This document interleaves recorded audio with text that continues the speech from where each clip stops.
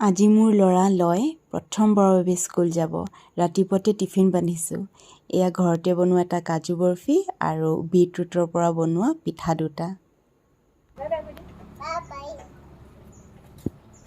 আজি মই হাঁহিমে নে কান্দিমে কেনেকুৱা লাগি আছে আপোনালোকক মই বুজাবই পৰা নাই। এই স্কুলখনৰ লগত মোৰ এটা বিশেষ সম্পৰ্ক আছে। এই স্কুলখনতে মই মোৰ জীৱনৰ প্ৰথম চাকৰি জীৱন আৰম্ভ কৰিছিলোঁ। বাৰু সেইবোৰ কথা পাছে পৰে কেতিয়াবা ক'ম। ষ্টুডেণ্টবিলাকে লয়ক নতুন দেখিছে যে ইমান মৰম কৰিছে নহয়, তাক এৰিয়ে নিদিয়ে দেখিছেনে।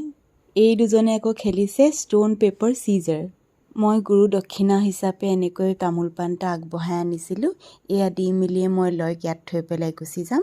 লয় যে কি কৰিব দিনটো। উপায় কৈছিলে নি? উপায় কৈছিলে?